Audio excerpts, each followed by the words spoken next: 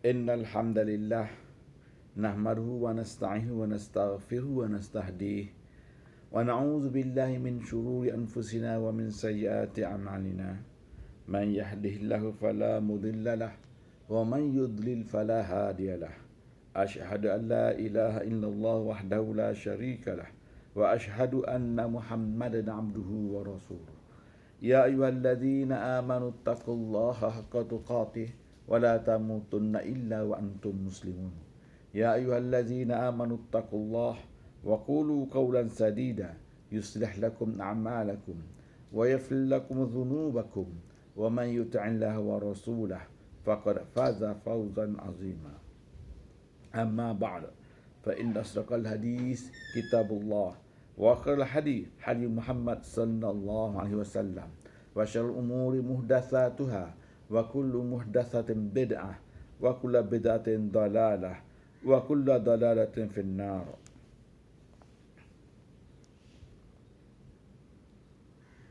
Sidang pendengar yang dirahmati Allah sekalian, Assalamualaikum warahmatullahi wabarakatuh. Pertama, bersyukurlah kita kepada Allah Subhanahu wa taala yang sentiasa melimpahkan nikmat, yang sentiasa melimpahkan rahmat kepada kita, yang mana pada pagi bahagia ini saya dapat bertemu juga dengan tuan-tuan. Semoga pertemuan ini dapat memberikan pengajaran dan dapat memberikan kepada kita peringatan, kerana peringatan itu mendatangkan manfaat kepada orang-orang mukminin. Bersyukur juga kita kepada Allah dengan apa yang dianugerah kepada kita sehingga hari ini, kita masih boleh bergerak dan masih boleh mencari kehidupan dengan keadaan yang ditetapkan, peraturan yang dikenakan kepada kita, dan kita boleh mengadakan sesi kuliah dan kita dapat meneruskan peringatan ini dengan menggunakan teknik-teknik dan kaedah-kaedah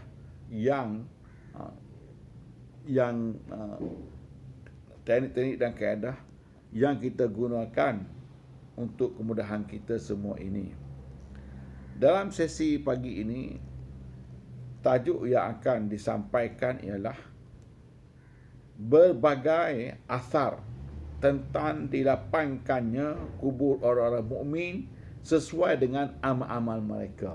Maksudnya, berbagai-bagai asar ini ialah berbagai-bagai hadis yang disandarkan kepada sahabat yang berkenaan, yang menerangkan kubur orang-orang mukmin ini, berbagai kubur orang mukmin ini luas, menjadi luas mengikut dengan amal-amal mereka. Maksudnya, kita, insya-Allah kita ini semua seorang mukmin, insya-Allah, sebagaimana yang selalu disebutkan, kubur itu berbagai-bagai rupa kepada penghuninya mengikut amal-amalnya. Seperti mana yang didoakan kepada setiap mukmin yang mati, imam itu akan berdoa, Allahumma ja'al qabrahu raudhatan min riyadil jannah. Maksudnya, ya Allah, jadikanlah kuburnya sebagai satu taman daripada taman syurga. Jadi taman syurga ini berbeza antara kita mengikut apa yang kita bawa. Berbeza taman syurga untuk kita ini berbeza luas antara kita ini mengikut amal yang kita bawa. Jadi sabda Nabi sallallahu alaihi wasallam yang membawa maksud, apabila mati seseorang itu, ia dihantar oleh 3 perkara. Pertama ialah hartanya. Hartanya itu contohnya kereta mewahnya, mesnya, BM-nya. Yang kedua, keluarganya hantarnya, isterinya, anak-anaknya. Yang ketiga yang hantarnya ialah amalan soleh hantarnya. 2 itu akan pulang, harta dan keluarganya akan pulang. Tinggallah bersamanya amal-amal soleh. Jadi amal-amal soleh ini yang membezakan antara kita semua. Amal-amal soleh ini yang membezakan kita semua. Dengan amalan soleh inilah yang akan membeza luas kubur kita nanti. Paling tidak luas ke, sempit ke, itu tunggulah anugerah Allah kepada kita. Yang utamanya, yang penting, yang sangat-sangat utama kepada kita, kita terselamat daripada azab kubur. Seperti mana Nabi ajar doa kepada kita, Allahumma inna na'udzubika min azabil qabr, la ilaha illa ant. Ya Allah, kami kepadamu ya Allah, selamatkanlah kami, jauhkanlah kami daripada azab kubur. Tidak ada Tuhan selain daripada Engkau ya Allah. Itu doa yang Nabi ajar kepada kita. Ataupun yang selalu kita dengar doa itu, Allahumma hwin alaina fi sakratil maut, Allahumma inna na'udzubika min azabil qabr wa min fitnati, Allahumma inna na'udzubika min azabil qabr wa fitnatihi wa min fitnatil masihid dajjal. Itu antara doa di tahiyat akhir yang kita baca. Jadi doa daripada seksa azab kubur ini selalulah baca, dan selalulah solat sunat 2 rakaat sebelum ataupun selepas solat fardu. Selalu doalah dan bacalah tahiyat akhir itu sehingga habis, seperti mana yang ditulis dalam doa-doa dalam buku tahiyat akhir. Kita buka tahiyat akhir itu, ada doa yang kita mohon daripada fitnah kubur, fitnah hidup, fitnah kematian dan fitnah dajjal.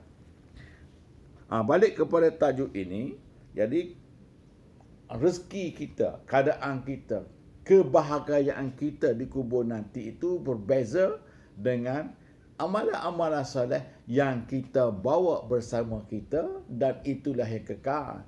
Sebagaimana Allah berfirman, Al-man wal banuna zinatul hayatid dunya wal baqiyatus salihatu khairun inda rabbika thawaban wa khairun amala. Amalan soleh yang kekal lah sebaik ganjaran kepada kamu, dan sebaik-baik khairun amalan, sebaik pengharapan kepada kamu. Amalan soleh itulah, dengan amalan soleh itulah kita sentiasa bersangka baik kepada Allah. Dengan amalan soleh itulah kita bersangka baik kepada Allah dan kita mengharapkan kepada Allah SWT. Jadi apa yang kita ada, itulah yang kita ada.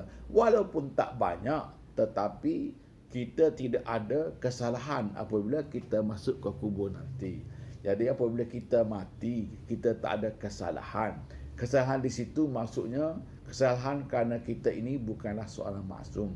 Semua kita ini berdosa dan terdedah kepada dosa dan sentiasa ada salah.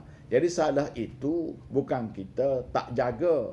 Kita sentiasa jaga diri kita, jaga dengan sebetul-betulnya supaya tidak bersalah. Kita jaga, tapi berlaku juga kesalahan. Kesalahan itu yang ada pada kita. Kesalahan yang kita dah jaga daripada kesalahan, terkena juga itu kesalahan yang sentiasa dimaafkan oleh Allah. Seperti kita lah, apabila kita memandu kereta berjalan pulang ke kampung halaman pada hari raya, kita begitu jaga sekali supaya tidak melakukan kesalahan di jalan raya, supaya tidak disaman, ataupun supaya kita tak berlaku perkara yang kita tidak ingini sebelum kita sampai ke rumah masing-masing. Kita jaga. Dalam keadaan itu ada juga sekali dua kita tersalah. Tersalah maksudnya mungkin terpecut laju sedikit kawasan yang digunakan hanya 70 km 1 jam, kita terlaju sedikit 80. Itu maksudnya kesalahan yang ada pada kita itu yang sentiasa Allah maafkan. Jadi apabila kita masuk dalam kubur, kita tidak ada salah. Yang ada pada kita tetap dengan amal-amal soleh. Diriwayatkan, disebutkan satu hadis yang diriwayatkan oleh Bukhari dan Muslim. Sesungguhnya kubur orang beriman dilapangkan dengan seluas 70 hasta.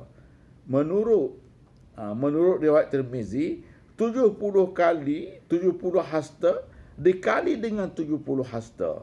Sedangkan menurut riwayat Al-Bara, sejauh mata memandang. Ini hadis.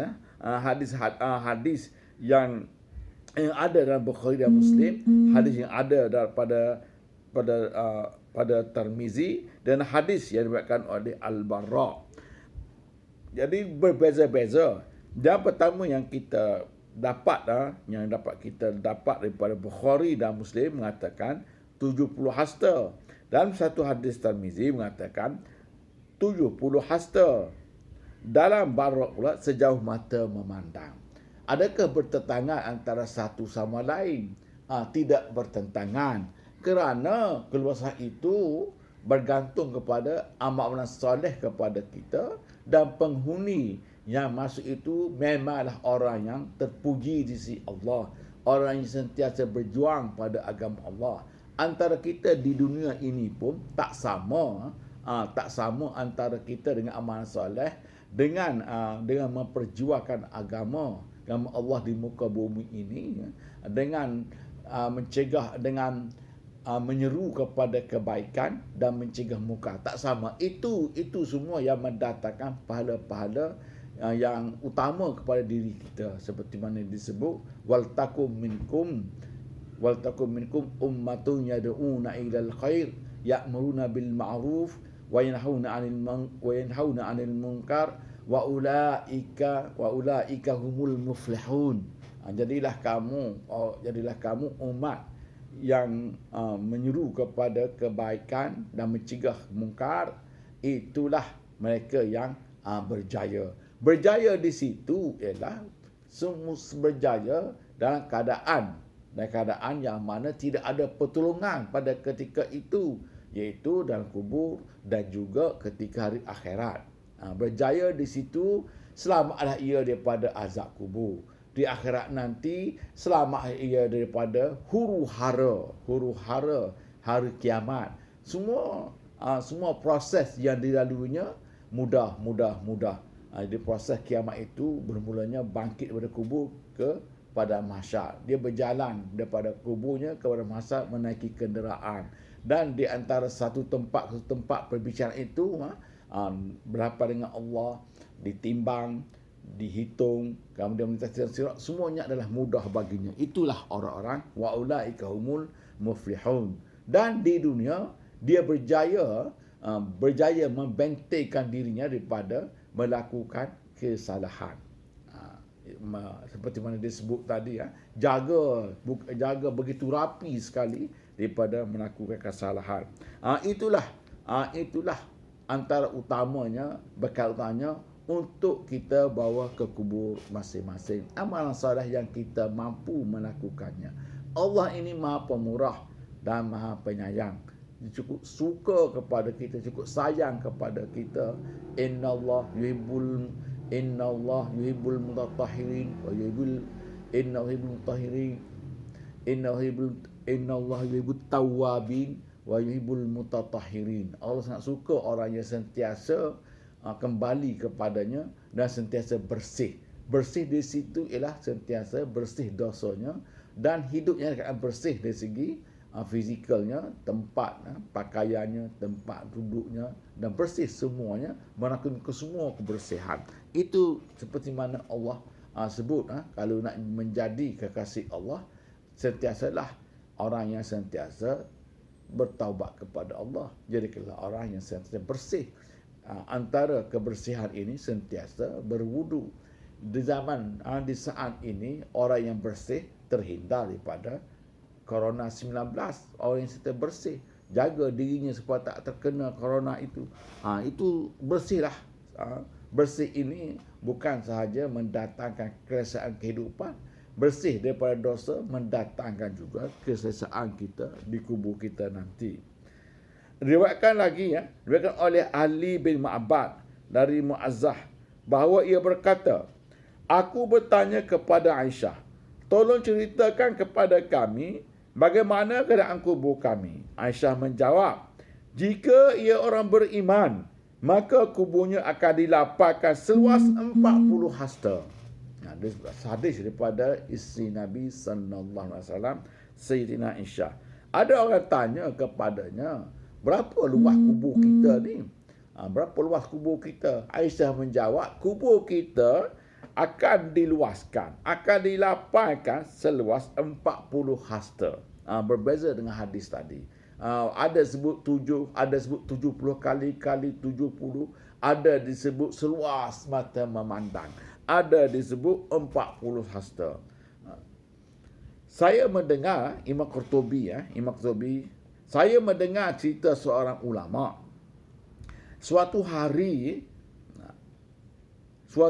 seorang penggali kubur yang tinggal di sebuah pemakaman di Mesir sedang menggali 3 buah kubur sekaligus. Setelah selesai, ia keletihan dan mengantuk dan tertidurlah. Dalam tidurnya, ia bermimpi melihat ada 2 malaikat berdiri di dekat salah satu kubur yang digalinya. Salah seorang dari mereka berkata kepada temannya, tulis 1 farsah dikali dengan 1 farsah. Kemudian mereka menghampiri kubur kedua. Salah seorang mereka berkata kepada temannya, tulis 1 mil dikali 1 mil. Selanjutnya mereka menghampiri kubur yang ketiga. Salah seorang mereka berkata kepada temannya, tulis 1 jengkal dikali 1 jengkal. Begitu apabila terbangun dan melihat jenazah seorang asing yang belum dikenalnya dikebumikan di kubur yang pertama. Kubur pertama luasnya ialah 1 farsah dikali dengan 1 farsah. Dan tak lama kemudian menyusul pula jenazah yang kedua dikebumikan di kubur kedua. Kubur kedua luasnya ialah 1 mil dikali dengan 1 mil. Mil ini batu, 1 batu dikali 1 batu. Dan yang terakhir, muncul seorang jenazah, seorang wanita yang kaya, dihantar oleh banyak orang dan ia dikebumikan di kubur yang ketiga yang sangat sempit. Kubur ketiga dalam mimpinya itu ialah 1 jengkal dikali dengan 1 jengkal. Itu kisah yang dibawa oleh Imam Qurtubi. Jadi kisah ini bagi Imam Qurtubi, kisah ini adalah kisah penuh dengan pengajaran, kisah penuh dengan syarat pengertian kepada kita. Walaupun itu mimpi, tapi mimpi itu apabila kita lihat kepada hadis-hadis sebelumnya itu, mimpi itu bagi Imam Qurtubi adalah mimpi yang membawa peringatan yang besar kepada kita. Walaupun mimpi itu, walaupun hanya sebagai mimpi, tapi mimpi itu baginya adalah mimpi yang benar apabila kita lihat kepada hadis Nabi sallallahu alaihi wasallam. Jadi benar di situ maksudnya kubur ini berbeza-beza luas di antara sama kita, di antara sama-sama kita ini luas mengikut apa yang kita bawa, seperti mana yang Nabi hadis Nabi yang kita ingatkan pada permulaan tadi, semuanya akan pulang kecuali tinggal amal-amal soleh. Sebanyak mana amal soleh yang kita bawa. Jadi amal soleh itu telah diingatkan, antara yang terbesarnya ialah besarnya menyeru manusia ke jalan agama Allah, cegah mungkar, menganjurkan amal ma'ruf dan cegah mungkar. Itu antara amalan soleh yang terbesar dalam kehidupan kita. Jadi pada cerita tadi, baik pada cerita tadi, ceritanya ialah ada seorang penggali kubur. Penggali kubur ini kerjanya menggali kubur. Pada satu hari, dia diminta menggali 3 kubur sekaligus. 3 kubur sekaligus kerana ada 3 jenazah akan datang nanti. Ada 3 penghuninya akan datang nanti. Ada 3 orang yang telah mati akan dikuburkan. Apabila setelah menggali ketiga-tiga kubur tadi, dia merasa letih dan tertidurlah dan letih. Biasalah penggali kubur ini mana-mananya setelah menggali kubur, sambil menunggu penghuninya datang, dia tertidur. Dalam mimpinya dia bermimpi datang 2 malaikat. Apabila di kubur pertama, seorang malaikat itu berkata kepada temannya, tulis luasnya ialah satu farsah dikali dengan satu farsah. Dan kubu kedua pula tulis, kubu ini luasnya 1 mil dikali 1 mil. Dan di kubu ketiga tulis 1 jengkal dikali 1 jengkal. Itulah rumah kita. Itulah yang dikatakan taman syurga kita. Itu taman syurga kita. Apabila kita berada di taman syurga, kita penuh dengan kebahagiaan. Kebahagiaan itu di sisi Allah SWT. Berbagai-bagailah yang kita pernah dengar. Antaranya ialah dilapangkan. Dilapangkan sehingga matanya memandang, sehingga luasnya ialah sejauh mata memandang. Itu yang selalu kita dengar, sejauh mata memandang. Dan kita melihat pintu-pintu syurga melambai-lambai kepada kita. Dan apabila Munkar dan Nakir datang, kita tanya, bilakah nak kiamat? Ataupun juga disebut, dan apabila melihat keluasan itu, kita berdoa, bilalah nak kiamat. Kita mohon kepada Allah disegerakan kiamat. Kerana setiap orang mukmin akan masuk syurga nanti apabila kiamat. Apabila kiamat dan berlakulah hari perbicaraan dan masuklah ke syurga masing-masing, seperti mana Allah janjikan, ulaika lahum maghfiratun min rabbihim wa jannatun tajri min tahtihal anharu khalidina fiha wa ni'ma ajrul amilin. Maknanya mereka itu dapat kampunan daripada Allah dan syurga yang di bawahnya sungai mengalir, kekal abadi. Kekal abadi. Itulah wa ni'ma ajrul amilin. Itulah sebaik-baik pembalasan kepada orang yang beramal soleh. Itu firman Allah Ta'ala dan surah Al-Imran. Surah Al-Imran. Jadi kubu ini luas terletak kepada diri kita semasa hidup di dunia ini. Itu yang nak ingatkan kepada kita. Jadi kalaulah semasa hidup, sebab itulah hadis Nabi, perbanyakkanlah kami kepada kematian. Dalam satu hadis lagi yang bermasuk, walaupun hadis ini memang tak kuat, perbanyakkanlah ingat kubur. Banyakkanlah, maksudnya ialah sentiasa ingatlah kematian, kerana kematian itu mengingatkan kamu. Cukuplah kematian itu sebagai pengajaran kepada kamu. Jadi kita semasa kita hidup ini, ingatkanlah istana kita itu, kerana istana kita itu luas atau sempitnya bergantung kepada diri kita sendiri. Kalaulah mahu luas, perbanyakkanlah amalan soleh, perbanyakkan amalan soleh. Kalau mahu luas lagi, perbanyakkanlah lagi. Tapi seperti mana yang diingatkan di awal tadi, yang utamanya luas itu adalah anugerah Allah. Anugerah Allah kepada kita. Luas itu anugerah Allah. Luas ke sempit ke untuk kita, yang paling utama kepada kita, yang paling bermakna kepada kita ialah apabila kita masuk ke dalam itu, tidak ada seksaan kubur kepada kita.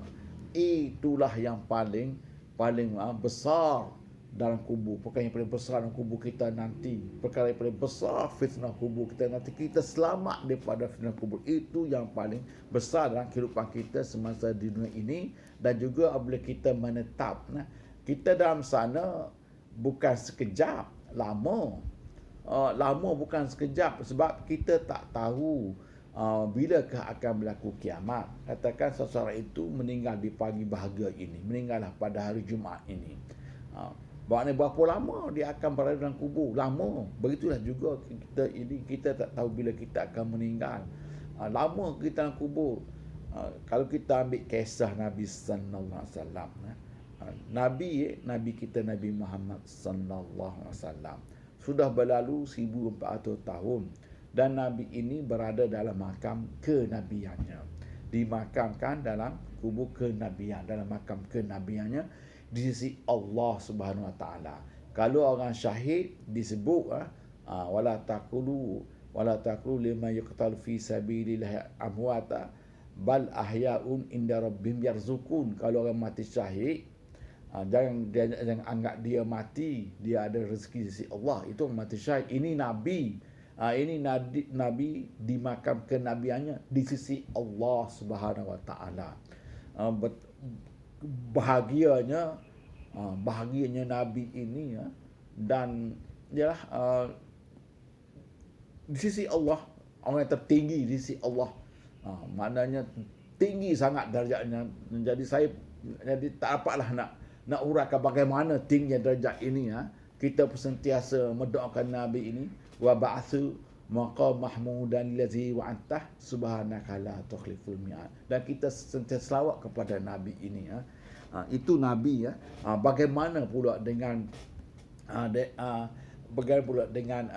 Abu Jahal? Abu Jahal pun 1400 tahun dahulu. Bagaimana dalam kuburnya? Dalam kuburnya penuh dengan azab dan kesesakan. Semasa selepas tamat perang Badar, apabila Nabi apabila Nabi lihat siapa yang korban, siapa yang syahid, siapa yang orang kafir yang mati sia-sia, Nabi apabila jumpa dengan Abu Jahal ini, Nabi bersabda, inilah Firaun di zaman ini. Firaun orang yang paling jahat. Bagaimanalah Abu Jahal dalam kuburnya? Lama, dah 1400 tahun lama, penuh dengan seksa. Dikisahkan, ada satu kisah seorang sahabat melintas kawasan Badar. Lalu dengan secara tiba-tiba muncul seorang lelaki yang keadaan yang amat teruk, lelaki yang keadaan terseksa, minta air. Lalu dia cerita kepada Nabi sallallahu alaihi wasallam, aku lintas kawasan Badar. Ada seorang lelaki tiba muncul minta air. Dekat air begitu teruk sekali. Nabi kata, itulah Abu Jahal. Itulah Abu Jahal. Itu diingatkan kepada kita, jejak Nabi ini sentiasa kekal sampai kiamat. Jejak Nabi ini tak akan terpadam selama-lamanya. Jejak Nabi ini kekal dan sentiasa bercahaya. Kalaulah siang hari lebih terang daripada matahari. Kalaulah pada malam hari, jejak Nabi ini lebih terang daripada cahaya bulan. Jadi tak mungkin kamu tersesat. Tak mungkin. Kalau kamu ikut dia, tak akan tersesat. Itulah siratal mustaqim yang kita minta. Ihdinas siratal mustaqim, siratal ladzina an'amta 'alaihim. Itulah, ya Allah, tunjuklah kami siratal mustaqim, jalan ini.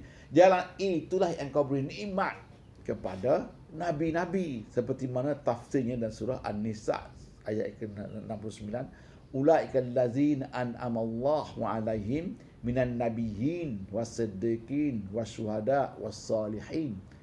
Jejak Nabi ini kekal dan sentiasa bercahaya. Semua orang nampak cahaya itu terang benderang. Dan apabila kita ikut jejak, jadi itulah siratal mustaqim. Dan di akhir jejak itu, dialah menunggu kita. Kalau kita ikut jejak Nabi ini, dan seketika kita berhenti dalam kubur kita, dan kita teruskan perjalanan, seperti mana jejak itu, jumpalah kita dengan Nabi sallallahu alaihi wasallam di pintu syurga kita. Sebab Nabi ini yang memimpin kita masuk syurga. Syurga itu tidak akan dimasuk oleh seseorang yang lain sebelum Nabi sendiri yang mendahulunya. Orang pertama masuk syurga ialah Nabi Muhammad sallallahu alaihi wasallam. Dalam bab ini, apa yang boleh kita ambil pengajarannya ialah, iaitu ingatlah kehidupan kita di dunia ini. Nak ke mana kita? Nak pergi ke mana? Kita ini menuju ke tempat kejayaan yang telah dijanjikan oleh Allah SWT. Tempat kejayaan itu adalah menuju tempat kejayaan itu telah ditentukan jalan-jalannya. Kalau kau ambil jalan yang telah ditentukan, tentu kamu sampai. Kalaulah kamu ikut jalan yang tak tahu ke mana arahnya, banyak jalan di dunia ini ya, berbagai-bagai arah, jalannya bersimpang siur, tapi dalam pada itu satu aja jalan, iaitu siratal mustaqim.